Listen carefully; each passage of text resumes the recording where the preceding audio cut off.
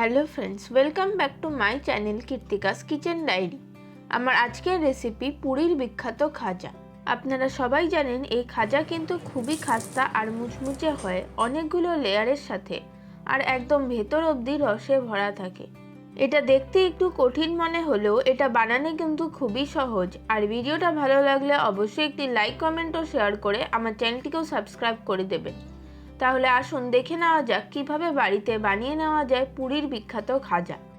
তো খাজা বানানোর জন্য এখানে আমি সবার প্রথমে ময়দাটাকে মেখে নেব। তো তার জন্য দিয়ে দেব 2 কাপ পরিমাণে ময়দা, ওর মধ্যে দিয়ে দেব সামান্য একটু নুন, আর ময়ামের জন্য দিয়ে দেব 2 টেবিল চামচ পরিমাণে ঘি।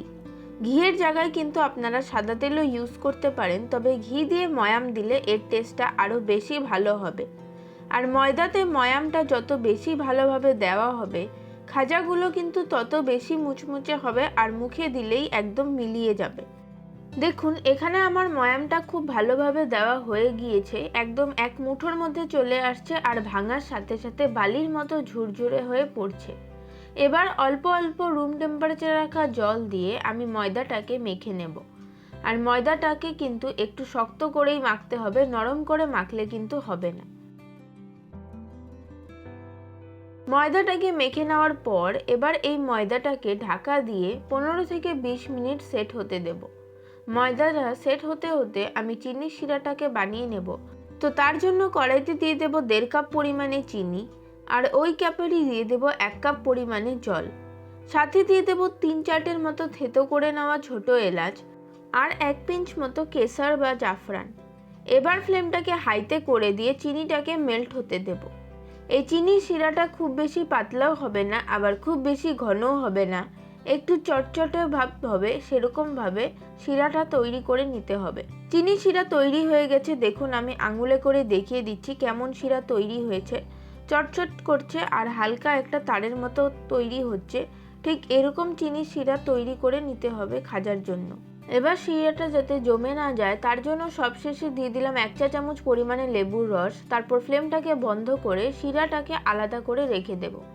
এবার খাজাগুলোকে বেলে নিতে হবে। খাজাগুলো বেলার আগে কর্নফ্লাওয়ারের একটা স্লারি বানিয়ে নেব। তো তার জন্য 1.5 টেবিল চামচ পরিমাণে কর্নফ্লাওয়ার আর 2 টেবিল চামচ পরিমাণে সাদা তেল দিয়ে ভালো করে মিক্স করে একটা স্লারি বানিয়ে নেব। ভালো করে মিক্স করে নেওয়ার পর এবার এটাকে সাইডে রেখে দেব। অপরদিকে আমাদের ময়দার ডোটাও সেট হয়ে গিয়েছে। আরও একবার হাতে করে একটু ডলে নিয়ে লেচি কেটে নেব।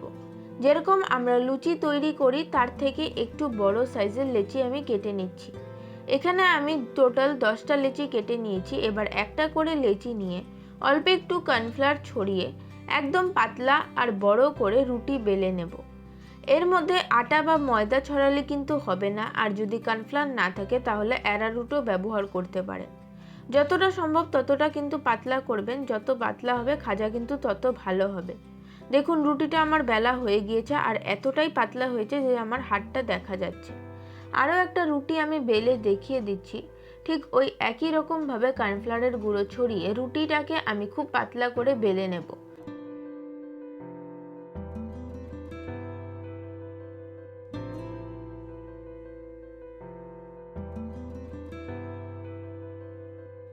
এই একইভাবে আমি প্রত্যেকটা রুটিকেই বেলে নেব। দেখুন এখানে আমার সবকটা রুটিকেই একদম পাতলা করে বেলে নেওয়া হয়ে গিয়েছে। এবার একটা করে রুটি নিয়ে ওর উপরে দিয়ে দেব সামান্য একটু কর্নফ্লাওয়ারের স্লারিটা। তারপর ভালো করে সেটাকে রুটির ওপরে মাখিয়ে নেব। এবার এই স্লারির ওপরে ছড়িয়ে দিচ্ছি অল্প একটু ময়দা। ময়দা ছড়িয়ে নেওয়ার পর ওপর থেকে আরও একটা বেলে নেওয়া রুটি আমি দিয়ে দিলাম। তার ওপরেও একই রকমভাবে আবার কর্নফ্লাওয়ারের স্লারি দিয়ে মাখিয়ে নিচ্ছি। তারপর আবার একটু ময়দা ছড়িয়ে নেব।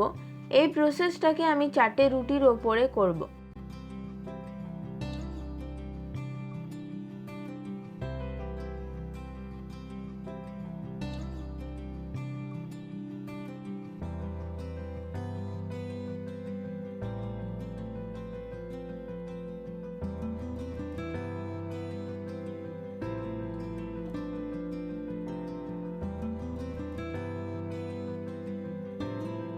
চারটে রুটির ওপরে এইভাবে কর্নফ্লাওয়ারের স্লারি আর ময়দা ভালোভাবে মাখিয়ে নিয়ে এবার সব কটা রুটিকে একসাথে ধরে নিয়ে এরকমভাবে রোল করে নেব।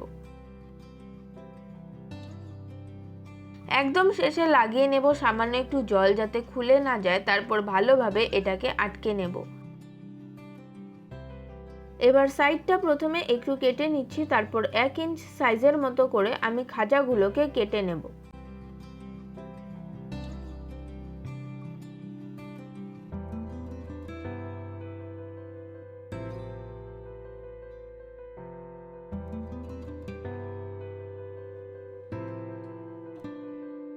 দেখুন কতটা সুন্দর লেয়ারগুলো বোঝা যাচ্ছে। এবার এই লেচিগুলোকে প্রথমে হাত দিয়ে একটু চেপে নেব, তারপর রোলিং পিন দিয়ে লম্বা করে হালকা হাতে একটু বেলে খাজার শেপ দিয়ে নেব। খুব বেশি চেপে চেপে বেলবেন না, হালকা হাতে একটু চাপ দিয়ে শেপ দিয়ে নেবেন। এইভাবে প্রত্যেকটা খাজাকে আমি তৈরি করে নেব।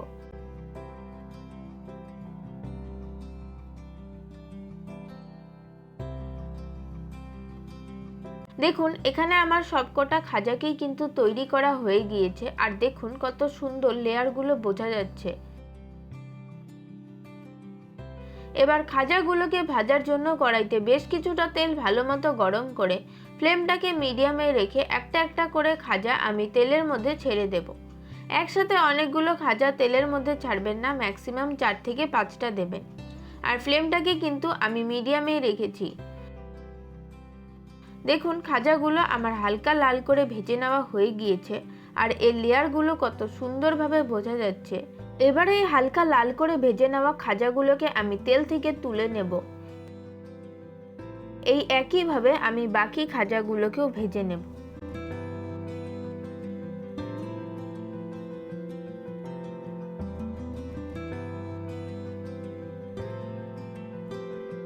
তারপর এই ভেজে নেওয়া খাজাগুলোকে আমি চিনির শিরায় দিয়ে দিচ্ছি।